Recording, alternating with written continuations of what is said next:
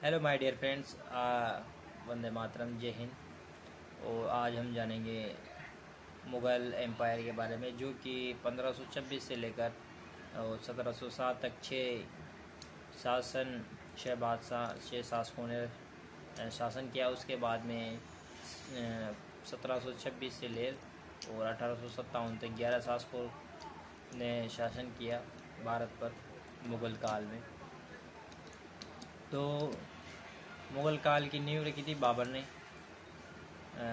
बाबर ने 1526 में सबसे पहले पानीपत का युद्ध किया था, 21 अप्रैल 1526 का, जो कि इब्राहिम लोदी और बाबर के बीच में लड़ा गया था। बाबर ने इस युद्ध में तुलगमा विधि जिससे कि वो तोपें बनाई जाती है, उस विधि का प्रयोग किया था। और इसमें इसके तोपची थे दो, एक का नाम था उस्ताद अली और एक का नाम था मुस्तफ़ा खान। और ये युद्ध बाबर जीत गया था, पानीपत का प्रथम युद्ध। और ये इस युद्ध की जीत के पश्चात बाबर ने पानीपत में ही दो मस्जिदों का निर्माण कराया, काबुली बाग और काबुली मस्जिद। और जीत के बाद में वो पुनः काबुल और कांधार में जाता है और वहाँ पर सिक्के चलवाता है। काबुल में तो चलाता है शाहरुख कोइन, जो कि तैमूर, जो कि इसके ही वंशज, तैमूर का ही वंशज था बाबर। तो तैमूर का पोता था शाहरुख, तो उसके नाम पर ये काबुल में चलाता है शाहरुख कोइंस। और कांधार में चलाता है ये बाबुरी कोइंस, बाबुरी सिक्के। और ये सिक्के चलाता ही नहीं, चांदी के सिक्के चलाता ही नहीं, बल्कि वहाँ की जो जनता है, अफ़गान की प्रजा, वहाँ के लोगों को भी ये सिक्के बांटता है। तो इससे वहाँ की जनता इतनी खुश होती है इससे कि इसको उपाधि दे देती है कलंदर की। तो वहाँ से ये कहलाता है जहीरुद्दीन मोहम्मद बाबर गाजी कलंदर, गाजी नहीं, बादशाह कलंदर।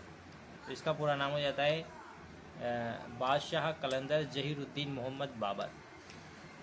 फिर इसके बाद में ये 1526 में पानीपत का प्रथम युद्ध लड़ा। उसके बाद में 1527 में ये खानवा का युद्ध लड़ता है, जो कि राणा संग्राम सिंह और बाबर के बीच में होता है, खानवा का।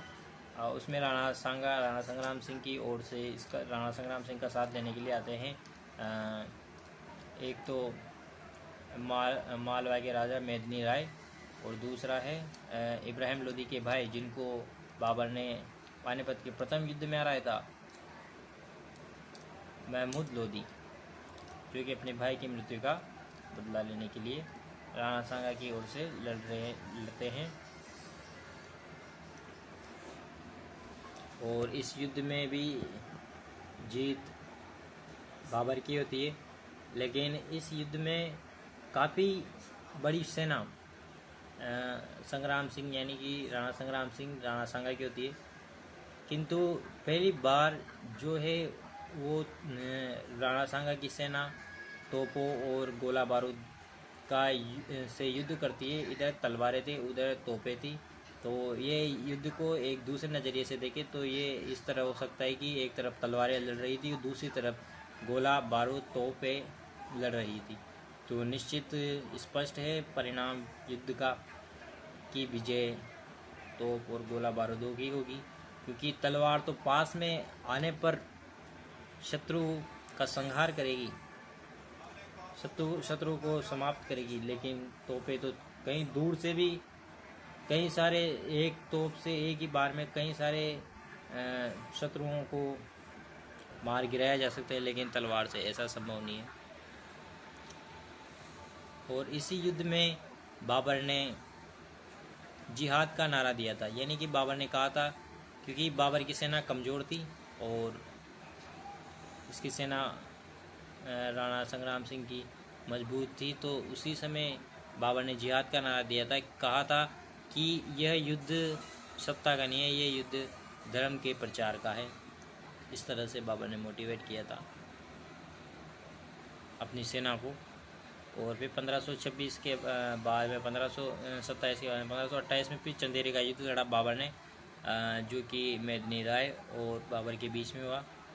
मेदिनी राय को बाबर ने हरा दिया और वह उसके परिवार की और प्रजा की जो दासियाँ थी उनका अपहरण करके उन्हें ले जाने के विचार से था।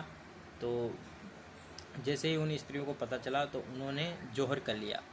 जौहर एक दुश्मनों से बचने के लिए जो राजस्थान की महिलाएं हैं और भी कई सारी वीरांगनाएं हैं वो इस प्रथा को अपनाती है। इसमें क्या होता है, इसमें पुरुष तो करते हैं केसरिया और महिलाएं करती है